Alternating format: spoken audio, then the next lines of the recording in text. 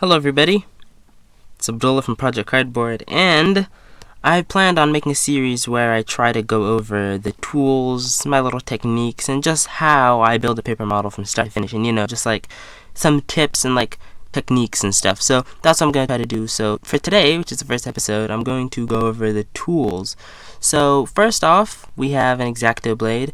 There's many precision knives like this. X-Acto is not the only brand, but they just make very high quality, very good blades, and the edge holds the edge very well, these X-Acto blades. But I've tried other precision knives.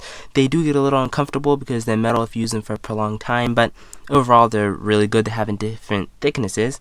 So I like these knives.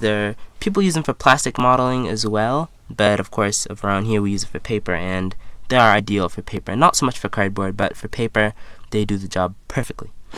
Then, which may be the most obvious, is glue. So I've tried so many different glues. I tried the Gorilla wood glue, but that was just a little bit too strong for my purposes. Then I tried the Elmer's white school glue, and it was okay, but it dries too quickly when you just put on a little like plate or something, and you like dip into it and apply it to the part. It just dries too fast. So now I tried this clear glue from Elmer's, and it works amazing. I've been loving it.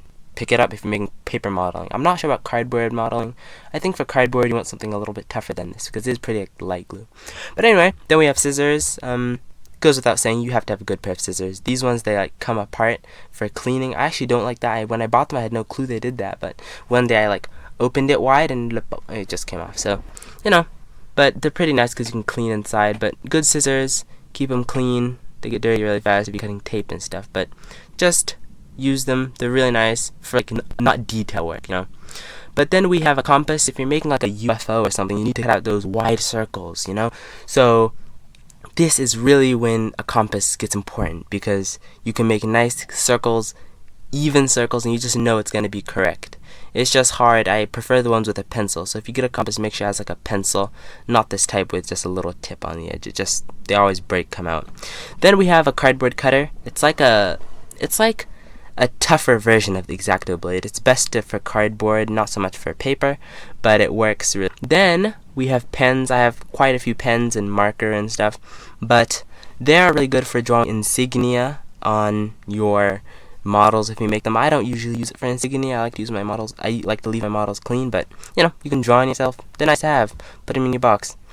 Then we have, that's pretty much it actually for the main stuff, but there's a few more things that are not exactly like designated for paper modeling or whatever, but they're useful to have. So now we're going to go over those. These are things that are useful but not exactly needed. So as for the things that I said were not exactly needed, aside from the staples like the scissors and stuff that we already went over, and the pencils and just all this stuff, is the things that are useful but aren't exact, that I just get randomly. For example, this is from a clothes hanger, so I just cut off a length of the clothes hanger and use it. This is very useful for wrapping small piece of paper around it if you want to make a pole or you're trying to make like landing gear or something. It's very, very useful. So I just take random stuff that work. For example, there's another thing that's not exactly needed, but it's a glue gun. It's much stronger than a regular glue. Like, it's thick, so it holds bigger parts together better than regular like Elmer's glue or Gorilla glue. You know what I mean? And it dries so quick, so you have to be quick when you're working with it. You gotta just do it. But it's very useful for stuff like that.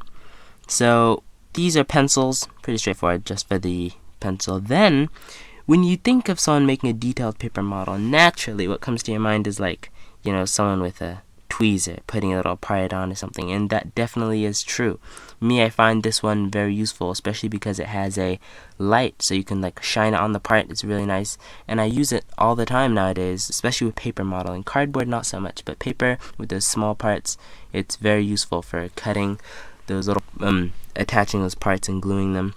And as for cutting those parts, like I said, this razor blades, I recently got these. They're like brand new case of razor blades, so they're really nice for cutting parts. They're so sharp. I just cut myself a while ago with this, but they are so useful. They're much sharper than X-Acto blades. Then these kind of go in conjunction with the tweezer. You can use it to hold the part, and then prop it up on something while you glue the other small part on it with the tweezer. So it's just super useful. I used to have more of these. Someone like ate them or something. They all disappeared. But I have those and I use them, and they're pretty useful for doing that. And you can see they're very flexible. They're very flexible. They can move around. You can bend them and carve curved parts with it. Then I have a inflator, an inflator needle. I use it for punching holes and stuff, like tiny holes. Then this is one thing that you may not expect, but it's something super useful. I'm just going to cover this box, and we can get the other thing I'm going to show you guys. Now this is something that is very, very useful, but it is not exactly what you might expect when you think. So this is a book. It's a fighter jet book. So there's so many books out there about vehicles and stuff, but this one is just really nice because it's so much better than going on the internet all the time and looking at the screen all the time to search up. Especially for me, that was a problem because I was always going and searching, but now I have a book where I can just go and look in it. And it doesn't have everything, but it has a lot of reference images. You can see the different type of wheels, different types of planes. So it's just super useful. So this is definitely something that I would recommend getting. They have it in tanks. They have it for tanks. They have it for all kind of different ones. In this series of book, it's very nice. You can see the MiG-17. I really like this plane. Really nice, minimalistic. You can see all the details. The Stratofortress, huge, wonderfully illustrated pictures.